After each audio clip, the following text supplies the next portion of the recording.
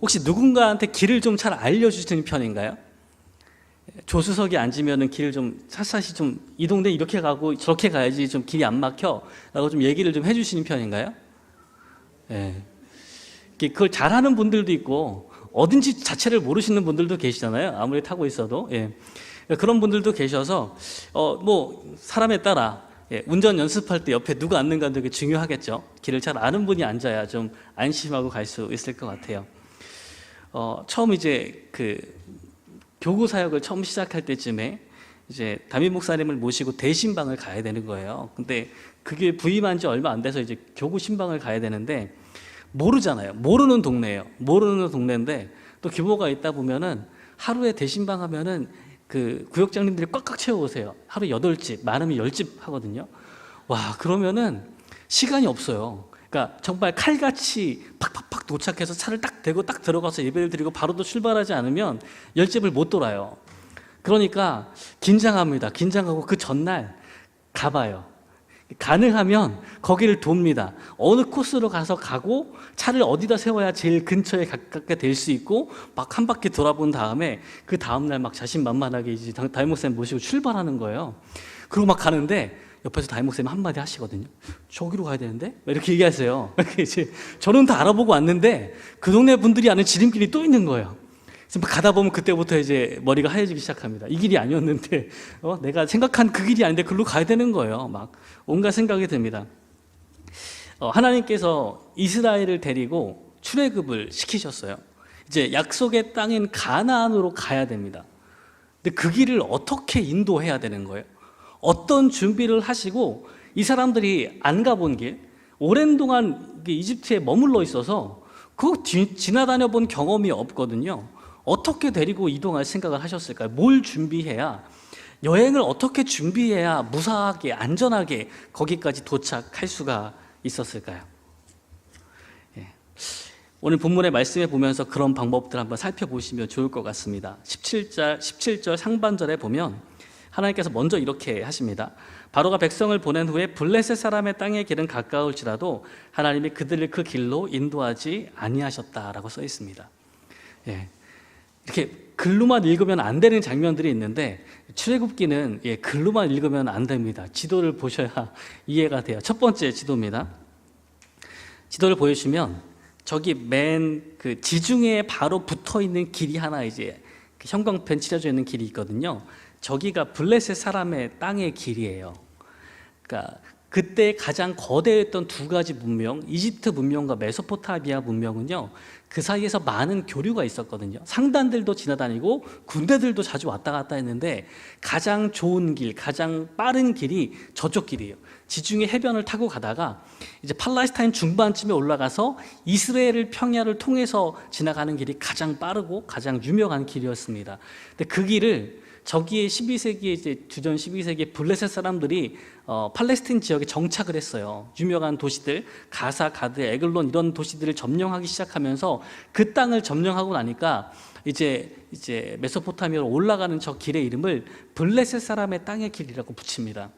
근데 이 표현은 물론 이제 팔레스타인에서 부르는 말이고요. 이집트에서는 이 기름을 그렇게 부르지 않았어요. 호루스의 길이라고 불렀습니다. 근데 저 길이 어쨌건 제일 유명한 길이에요. 가장 많은 상인들이 오가는 길, 그리고 가장 많은 상인들이 오가면 중간중간에 뭐가 있겠어요? 마을이 있죠. 상단이 지나다니까 마을이 있어요. 상단이 며칠 가다 보면 쉬어야 되잖아요. 그렇죠? 여관도 있어야 되고 특히 물이 중요하다 보니까 물을 얻을 수 있는 마을이 곳곳에 있습니다. 근데 저기 메소포타미아로 쳐들어갈 때도 절로 가야 되거든요. 군대가. 그러다 보니까 중요한 요새화된 성읍들이 저곳에 곳곳에 존재했어요. 그래서 팔레스타인 기준으로 이 이집트에 가까운 쪽은 당연히 이집트의 입김이 닿는 요새들이 존재하는 거고, 그 반대쪽 위쪽으로는 메소포타미아 쪽 문명들, 바벨론이든 아시리아든 그 제국들에서 원하는 도시들이 세워져 있는 거죠. 이제 출발해야 되는데 하나님께서 이스라엘 백성들을 끌고 나오셨거든요. 약속의 땅인 가나안 땅까지 가는 제일 빠른 길은 저 길이에요. 블레셋 사람의 땅의 길 가야 됩니다. 근데 문제가 있어요. 가다 보면은 친애굽 성향을 가진 많은 요새들이 곳곳에 깔려 있는데 이 대규모의 사람들이 오면 물어보잖아요. 어떻게 해서 나왔냐, 왜 나왔냐, 이런 얘기를 하기 시작하고 조금 적대적인 성읍을 만나게 되면 전투가 벌어질 가능성이 있습니다. 그러다 보니까 이제 오늘 17절 말씀 뒷부분에 이렇게 써 있어요. 왜 저기를 못 가게 하셨냐면 이 백성이 전쟁을 하게 되면 마음을 돌이켜 애굽으로 돌아갈까 하셨습니다. 하나님께서 이게 염려가 돼서 저 가장 짧은 길을, 잘 닦여진 도로를 못 가게 하시는 거예요. 근데 이게 조금 우리 생각에는 좀 이상하고 의아하게 여겨지기도 하는 것이, 이스라엘 백성이 바로 이 앞에서 애굽 전체에다가 하나님께서 재앙을 내리시는 것을 봤거든요. 10번이나 어마어마한 재앙들이 일어납니다. 그리고 중간부터는 이스라엘 백성을 구별하셔서 이 애굽 사람들만 그 고통을 받고 이스라엘 사람들은 하나도 겪지 않게 하시는 거예요. 그런 걸 보면서 하나님이 얼마나 강하신 분인지를 실감하게 되는 거예요. 마지막 이 첫 번째 낳은 가축이나 사람이나 첫 번째 낳은 것을 다 죽이는 이 재앙에 이르면 하나님께서 생명 자체를 주관하신다는 것들을 다 알게 되는 거잖아요. 이런 재앙은 상상해 본 적이 없는 거예요. 그렇죠? 딱 자기 백성만 구별하셔서 그 일들이 안 일어난다는 것은 너무 대단한 일입니다. 요즘 말로 비교해 볼까요? 우리가 19년 말부터 이제 코로나로 엄청 고생을 했는데 하나님께서 이제 그 두레교에 들어오는 사람들만 안 걸리게 하시고 밖에 다 걸리면 되게 놀랍지 않았겠어요? 코로나 한 번도 안 걸리신 분 계신가요? 와, 근데 계시네요. 근데 우리가 다 안 걸려야 좀 동일한 거잖아요. 권사님 댁에만 칠해놨나? 그러니까 이게 어쨌건 하나님께서 그 말이 안 되는 일을 일으켜주시는 거예요. 말이 안 되는 일, 상상할 수 없는 일이 벌어지는 거예요. 그렇죠? 우리는 사실 그 사람 많은 데서 근무하는 분들은 뭐 2번, 3번씩 계속 걸리고 있는데, 근데 그 상황에서도 안 걸리게 하시는 일들 같은 게, 여기는 다 죽음을 가정마다 겪고 있고 가축들마다 죽고 있는데 이스라엘은 멀쩡하잖아요. 이런 일들은 설명이 불가능한 일들입니다. 이걸 겪고 나면 이스라엘 사람도 마음이 좀 담대해지지 않았겠어요? 바로 그 일을 어젯밤에 겪고 나왔는데 저기 싸움 날 것 같으면 나 애굽 갈래, 이런 일들이 벌어질까 봐 하나님께서 염려해서 저기를 안 보내셨다는 거예요. 저 한편 보면서 하나님께서 이스라엘 백성을 너무 좀 물렁하게 보셨나 보다. 아무리 그래도 그렇지 어젯밤에 그거 겪고 나서 그 다음날 돌아가겠다는 사람은 좀 너무한 거 아닌가? 라고 생각을 했어요. 근데 그 다음 장에 보시면 14장 10절에서 12절 보시면 바로가 마음을 바꿔갖고 병사를 끌고 오거든요. 그때 이제 이런 일이 벌어지는 거예요. 이스라엘 백성들이 자기 뒤에 그 병사들이 찾아오는 것을 눈으로 보게 됩니다. 11절 말씀에 보니까 모세한테 원망을 시작해요. 애굽에 매장지가 없어서 당신이 우리를 이끌어내어 이 광야에서 죽게 하느냐. 12절 말씀 보세요. 우리를 내버려 두라. 우리가 애굽 사람을 섬길 것이라 하지 아니하더냐. 애굽 사람을 섬기는 것이 광야에서 죽는 것보다 낫겠노라. 이스라엘이 진짜 이런 거예요. 하나님의 염려가 근거가 있는 거예요, 없는 거예요? 있죠. 얘네들이 그럴 만한 애들인 거예요. 너무 갈대 같은 친구들인 거예요. 자, 그래서 하나님께서 저 짧은 길을 가면 정말 빨리 도착은 하겠지만 전투를 칠 가능성이 너무 많아요. 중간중간에 요새가 많아서. 그러니까 저런 요새가 없는 길로 방향을 트십니다. 오늘 18절 말씀을 보면 하나님이 홍해의 광야길로 돌려서 백성을 인도하신다고 이야기합니다. 홍해의 광야길이 어딘지도 지도가 필요합니다. 홍해의 광야길이 어딘지 보셔야 되는데 일단 홍해라는 단어를 조금 설명을 해야 돼요. 홍해라고 번역이 된 건요, 72역과 불가타역이 홍해라고 옮기고 있어서 번역이 이렇게 되어 있는데요, 원래는 히브리어는 얌수프라고 불러요. 번역하면 갈대 바다라는 느낌입니다. 홍해는 우리가 알고 있는 지명이 있죠. 최소한 저기 맨 밑에 있는 수에즈 운하의 저 서쪽 끝단, 그쯤은 돼야 홍해라는 범위에 들어옵니다. 근데 성경에서 말하고 있는 갈대 바다라고 이야기했을 때는 저기 아래까지 내려가지 않을 가능성이 너무 많아요. 왜냐하면 너무 멀어요. 나일 삼각주에 있는 아마 람셋에서 출발했을 때 저기까지는 너무 멀리 가야 됩니다. 그렇게까지 도망가기가 쉽지가 않아요. 지금 그 갈대 바다에서 갈대가 아마 그 동네에서 자라고 있던 파피루스 같은 것을 의미한다면, 저기 수에즈 운하가 있는 저 끝단에서부터 위에까지 호수가 4개가 중간중간에 있어요. 비터 호수랑 팀사 호수, 발라 호수, 맨 끝에 맨잘레 호수까지 호수가 중간중간에 있고요. 그 사이가 이제 건천들로 가끔씩 비가 오면 하천으로 연결이 됩니다. 약간 습한 지역이 있다 보니까 그 습지 가운데에서 갈대가 파피루스가 많이 자랐던 거예요. 그래서 아마 여기서 말하는 홍해, 얌숲이라고 부르는 곳은 저 어딘가, 저 중간에 어딘가가 아닐까. 그래서 아마 비터 호수든지 딤사 호수든지 그 호수를 건넌 것이거나 아마 그 사이에 있는 지류를 건넌 것이 아닐까라고 추측을 하고 있습니다. 근데 증거가 많지 않아서 추측할 뿐 확실하게 결정하기는 좀 어려워요. 어쨌건 홍해 광야 길을 인도하시는데 지금 어디를 가면 안 되는 거예요? 저 지중해 연안에 있는 저 길을 가면 안 돼요. 아마도 반대쪽 동남쪽으로 내려가거나 동쪽으로 가는 길에 선택을 하게 하셨을 것 같아요. 근데 많은 사람들이 걸어가기 위해서는 또 걷기 괜찮은 곳을 골라야 되는데 지도상에 보면 저기 이제 와디 투밀라트라고 부르는 곳이 걷기가 좋은, 건기에는 말라 있는 곳이어서 걷기가 괜찮았거든요. 그래서 많은 분들이 추측을 하시는 거죠.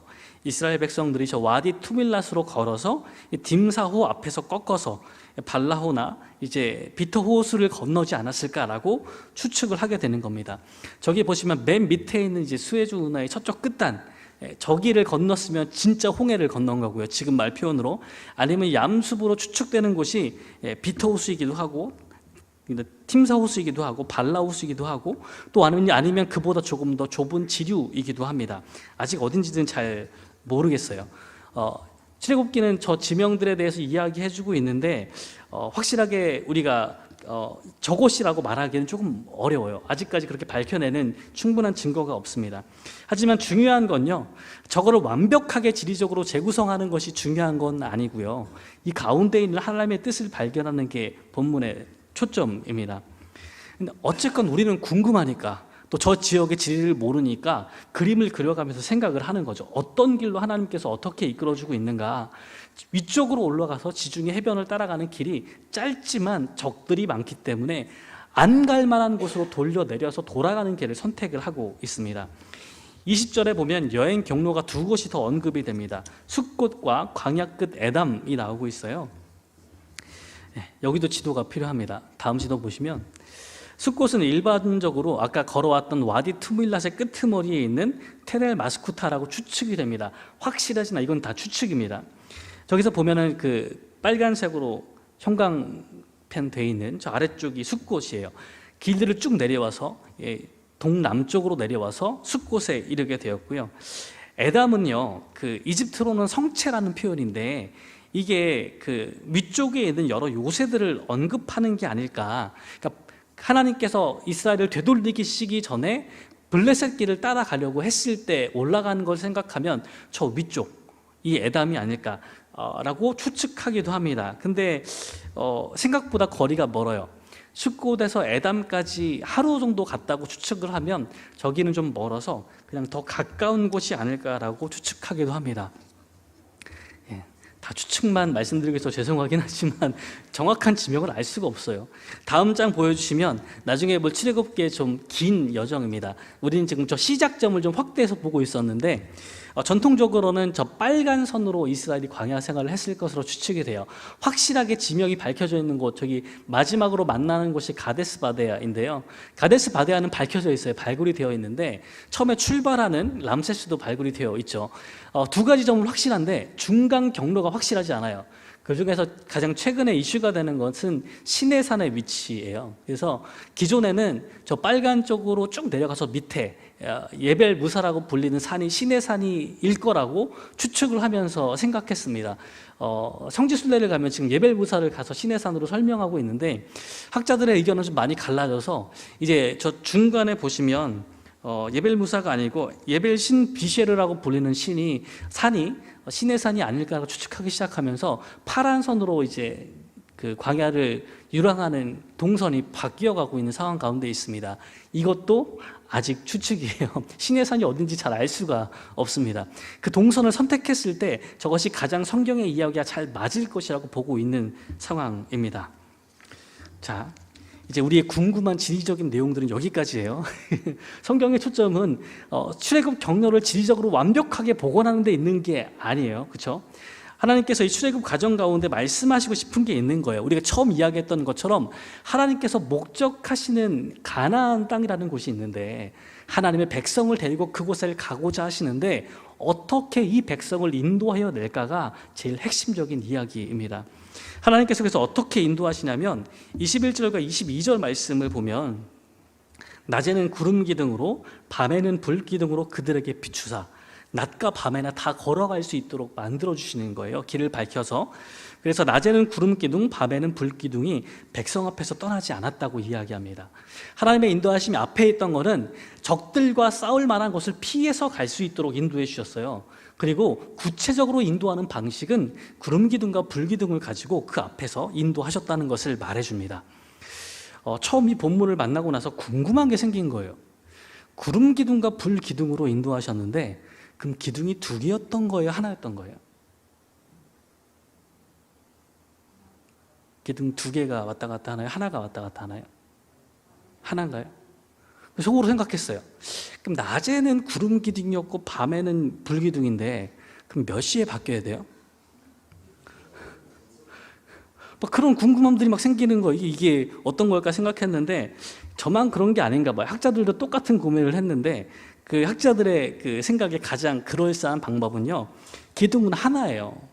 하나고 그 가운데 연기가 막 나고 있어서 낮에는 그 불꽃이 잘 안 보이고 연기 위주로 보여서 구름 기둥인 거고 밤에는 먼지나 연기보다 안에 있는 불길이 잘 보여서 불 기둥이라고 표현이 되는 거라고 생각합니다. 괜찮죠? 몇 시에 바뀔지 잘 모르잖아요. 그런 것들을 생각하지 않으려면 하나예요. 기둥이 하나인 거죠. 그러니까 생각해 보니까 그게 맞는 것 같아요. 왜냐하면 이 기둥이 상징하는 게 있는 거예요. 당시 사람들은요, 자기들이 모시는 신들이 사람들 가운데 나타날 때에 특별한 현상들을 동반한다고 생각했어요. 그게 지진이기도 하고, 그게 천둥과 우레이기도 하고, 이제 불길, 환하게 빛나는 무언가라고 이야기도 했거든요. 근데 그 비슷한 일들이 어떨 때, 우리가 익히 아는 자연 현상 중에 어떨 때 이런 게 일어나요? 화산 폭발 때 일어납니다. 지진과 또 불길들 같은 게 보이는 거예요. 그 당시 사람들은 화산을 신들의 처소라고 생각했어요. 신이 나오는 곳이라고 생각했습니다. 모세가 처음 하나님을 만날 때 그 신비가 기억나시나요? 광야에서 나무가 있는데 불이 붙었어요. 안 타요. 계속 불이 붙어 있는 거예요. 나무가 다 타면은 불이 사그라들어야 되는데 나무는 타지 않고 불만 계속 나는 거예요. 생각해 보세요. 하나님께서 지금 불길로 태우는 연기를 뿜어내는 기둥이 있는데 뭘 태우고 있겠어요? 탈 게 있어요, 없어요? 없잖아요. 이게 모세가 봤던 것과 동일한 신비가 지금 이스라엘을 이끌고 있다고 생각하시면 되는 거예요. 계속 이동하고 타는데 광야에 아무것도 없는 곳에서 불길이 이동합니다. 이거는 설명할 수가 없는 거예요. 하나님께서 이런 일을 통해서 그 가운데 자기 자신을 보여주고 계시는 거죠. 하나님께서 먼저 그 길을 가시면서 자기 자신을 보여주고 계시는 거예요. 나중에 시내산에 가면 똑같은 경험들을 하게 됩니다. 하나님께서 나타나실 때 어떻게 나타나시는지 출애굽기 19장 16절과 18절에서 이렇게 이야기합니다. 셋째 날 아침에 우레와 번개와 빽빽한 구름이 산 위에 있고 나팔 소리가 매우 크게 들리니 진중에 있는 모든 백성이 다 떨더라. 시내산에 연기가 자욱하니 여호와께서 불 가운데서 거기 강림하심이라. 그 연기가 옹기가마 연기같이 떠오르고 온 산이 크게 진동하여. 나중에는 하나님의 임재가 시내산을 덮을 때 똑같은 현상이 일어나기 시작합니다. 땅이 울리고 연기가 자욱하게 구름이 그 위에 앉고 불 가운데 하나님께서 나타나시는 거죠. 그러니까 하나님께서 신의 현현을 나타내는, 신이 우리와 함께 있다는 것을 나타내는 구름 기둥과 불 기둥으로 같이 이스라엘을 인도하셨어요. 그렇다는 이야기는요, 첫 번째는 일단 하나님께서 내비게이션처럼 가는 길을 인도하셨다는 것은 분명합니다. 이스라엘이 애굽을 떠나서 가나안 땅까지 가는 길들 가운데 여행에서 제일 위험한 것은 물이 없는 거예요. 먹을 것과 물이 없는 게 가장 위험한데 그 길을 제대로 아는 사람은 없습니다. 모세가 미디안에서 잠시 생활했지만 모든 부분을 다 알고 있지는 못했어요. 그래서 하나님께서 직접 구름 기둥과 불 기둥으로 이끌어서 어디에 머물러야 하는지, 어디 물이 있는지를 알려주고 계시는 겁니다. 더불어서 하필 그 인도하는 것이 하필 구름 기둥과 불 기둥인 이유는 하나님께서 너희와 함께 하신다는 것들을 확신시켜 주시기 위한 거예요. 분명하게 드러내 주시기 위한 거죠. 광야에선 또 사방에 튀어서 적들의 공격에 노출되기도 쉬웠는데 특별한 이적들이 그 가운데 행하고 있다는 것은 그들을 또 안전하게 지켜주신다는 것들을 의미하기도 했습니다. 오늘 본문의 뜻을 요약하고자 합니다. 오늘 본문은요, 하나님의 인도하심에 초점이 맞춰져 있어요. 하나님의 인도하심의 특징이 뭘까요? 제일 중요한 특징은요, 이스라엘 백성의 수준에 맞춰서 인도하시는 거예요. 그 수준에 맞춰서. 애굽에서 어마어마한 이적들을, 하나님께서 내리신 재앙들을 다 경험한 이스라엘인데, 근데 자기들이 경험해보지 못한 일이 있죠. 하나님께서 홀로 행하신 일들을 많이 봤는데, 근데 내가 무기를 들고 싸워본 적은 없잖아요.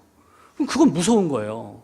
하나님께서 위대하신 분인 건 알겠는데 그렇다고 내가 전쟁을 해본 적은 없잖아요. 내가 안 해본 건 다 두렵고 무서우니까 이스라엘은 전쟁에 대해서 준비가 하나도 안 돼 있습니다. 그러니까 하나님께서 얘네들을 데리고 저기 작은 요새들이 많은 곳을 거쳐가면 계속 전투를 해야 되는데 다 집에 갈 것 같은 거예요. 그래서 이렇게 준비시켜 주시는 거예요. 없는 데로 보내시는 거죠. 위험이 없는 곳으로. 여러분, 하나님께서 갑자기 우리에게 찾아오셔서 너의 일생을 복음을 전하는 사람으로 내가 딱 잡아놨으니까 내일 티켓 끊고 아프리카로 가자. 그러시면은 여러분 안 가실 거잖아요. 하나님께서 어떻게 하시는 분이라고요? 수준에 맞춰서 인도하시는 분이에요. 수준에 맞춰서. 생각해 보세요. 이스라엘이 결국은요, 약속의 땅인 가나안에 가야 되거든요. 그리고 가나안은요, 빈 땅이 아니에요. 그곳에는 이미 가나안 여러 민족들이 살고 있었어요. 그럼 이스라엘이 전투를 해야 돼요, 안 해야 돼요? 해야죠. 결국은 해야 돼요. 나중에 보면 너무 땅이 넓다 보니까 그냥 지파별로 다 흩어져서 점령하러 갑니다. 그럼 아주 소규모로 가서 전쟁을 해야 되거든요. 근데 문제는 지금은 전투를 할 수 있는 그런 수준이 안 된단 말이에요.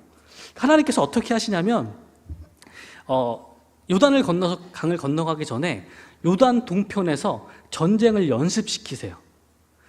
그래서 바산 왕 이런 사람들을 골라다가 오른쪽 그 민족들과 싸워서 계속 이기게 하시면서 전쟁할 수 있는 자신감들을 불러일으키시거든요.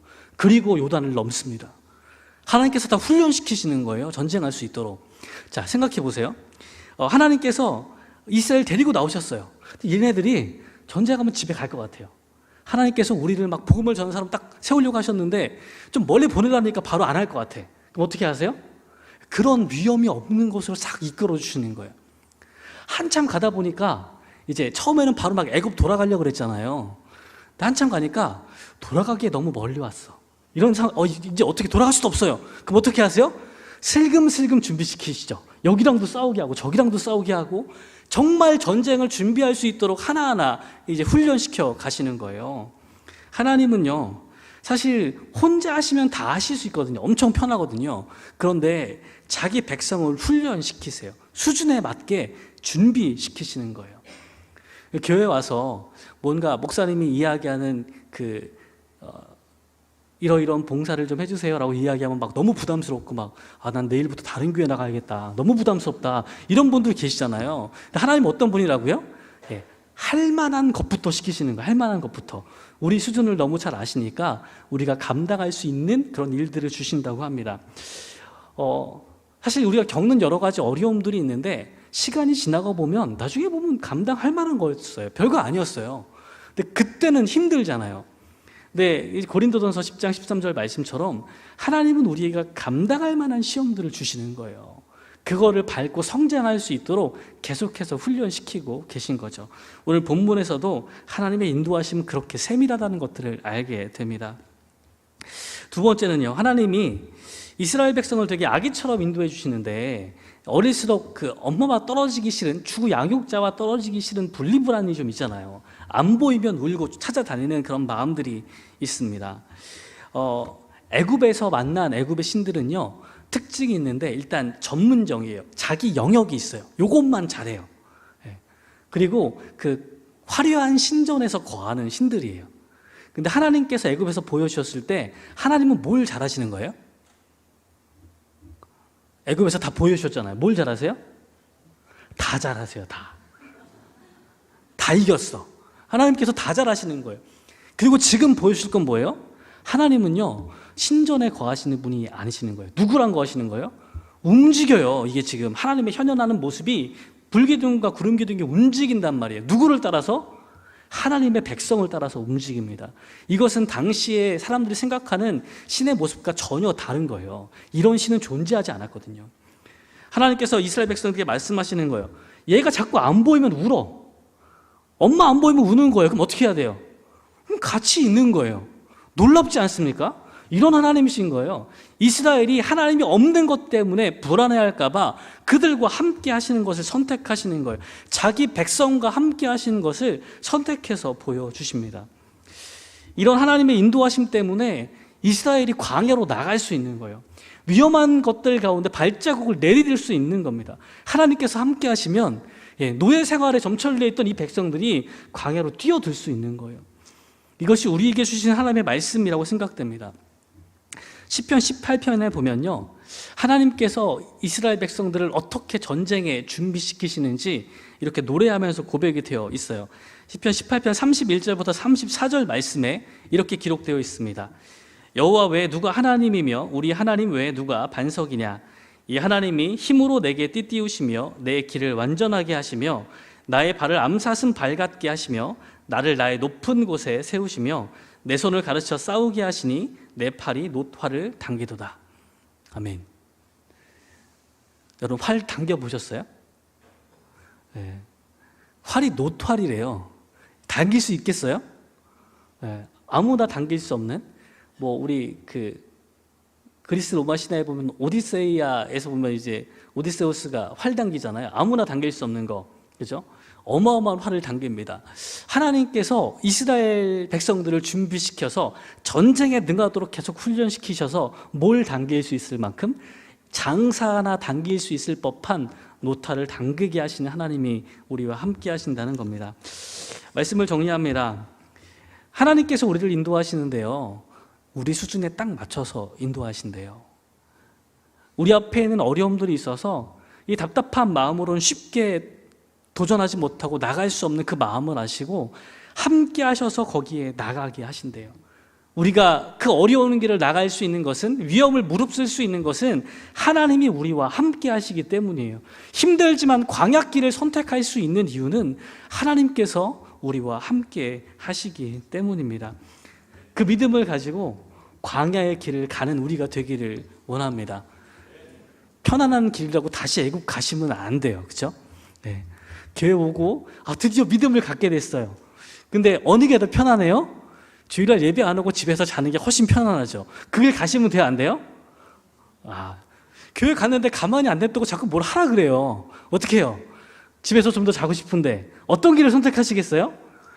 하나님과 함께 내디디면 그 일을 할 수 있는 체력이 생길 줄 믿습니다. 네. 이제 뭘 시키실지 열심히 연구하겠습니다. 우리 어려움들 가운데 쉽게 용기를 낼 수 없는 많은 일들 가운데 하나님이 우리와 함께 하셔서 그 길을 걸어가게 하십니다. 그것들 믿고 믿음으로 하나님의 승리를 함께 경험하는 저와 여러분들 되기를 주님의 이름으로 축원합니다. 함께 기도하겠습니다. 한 가지 기도할 때, 여러분, 요즘 용기가 잘 안 나는 일은 무엇인가요? 하나님께서 우리 마음 가운데 부담감을 주고 계시는데 쉽게 발걸음 내디딜 수 없는, 쉽게 말을 걸을 수 없는 사람들은 또 누구입니까? 하나님께서 우리와 함께 하신다 말합니다. 우리와 함께 계셔서 함께 계심을 분명히 우리 눈앞에 드러나겠다고 말씀하십니다. 그 하나님과 함께 용기를 내어 내딛는 우리의 신앙의 걸음이 이번 주도 그렇게 살아갈 수 있기를 함께 주님 이름 한 번만 부르고 함께 기도하겠습니다. 주여, 하나님 감사합니다. 사랑하는 우리를 불러서 하나님의 백성으로 삼아주시니 참 감사합니다. 이스라엘 백성을 그렇게 아껴주셨던 것처럼 하나님, 우리의 연약함과 우리의 어림을 알고 계신 주님께서 그 세밀한 방법으로 인도하실 것을 믿습니다. 하나님, 우리가 용기가 부족할 때에 하나님, 우리의 용기를 더하여 주시고 우리가 그 일들을 감당할 수 있도록 차근차근 하나씩 훈련시켜 주실 것을 믿습니다.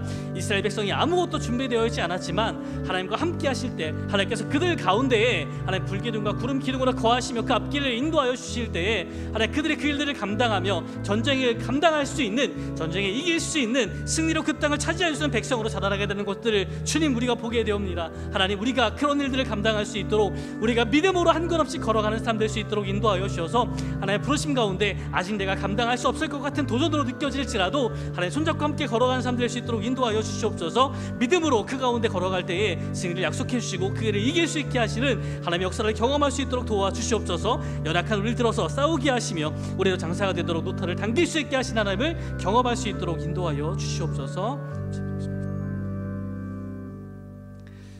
하나님, 세상으로 한 발짝만 걸어 나가면 참 감당하고 이길 수 없는 일들이 너무 많습니다. 하나님, 어려운 인간 관계들 사이에서 하나님 피하고 싶을 때도 많고 그 가운데 참 같이 어울리기도 힘들 때도 너무 많습니다. 하나님, 우리와 함께 하시고 우리에게 용기를 주시고 능력을 더하여 주시는, 그렇게 훈련시키는 하나님이라 말씀하시니 주님의 손을 붙들고 그곳에 나갈 수 있도록 하나님 힘을 더하여 주시옵소서. 하나님의 부르심에 따라갈 수 있도록 우리 손을 꼭 붙들어 주시고 하나님 우리가 감당할 수 있는 일들을 우리 앞에 놓아주셔서 우리가 주님을 믿고 하나님 뛰어넘을 때에 점점 더 성장할 수 있는 시간 될 수 있도록 인도하여 주시옵소서. 세밀하게 인도하시는 주님을 만나서 이번 한 주도 하나님께서 주시는, 우리에게 예비해 놓으신 그 승리를 경험하는 한 주가 될 수 있도록 이끌어 주시옵소서. 모든 말씀 예수님의 이름으로 기도합니다. 이제는 우리 주 예수 그리스도의 은혜와 하나님 아버지의 변함없는 사랑하심과 성령 하나님의 함께하사 하나님께서 함께하시는 용기를 우리 가운데 불어 넣어 주심이 하나님께서 이끄시는 대로 위협을 무릅쓰고 한 발짝씩 내딛어서 하나님의 승리를 함께 경험하기를 결심하는 사랑하는 모든 두레교회 성도들을 위해 또 함께 예배하는 모든 이들 가운데 이제부터 영원토록 함께 하시기를 간절히 축원하옵나이다. 아멘.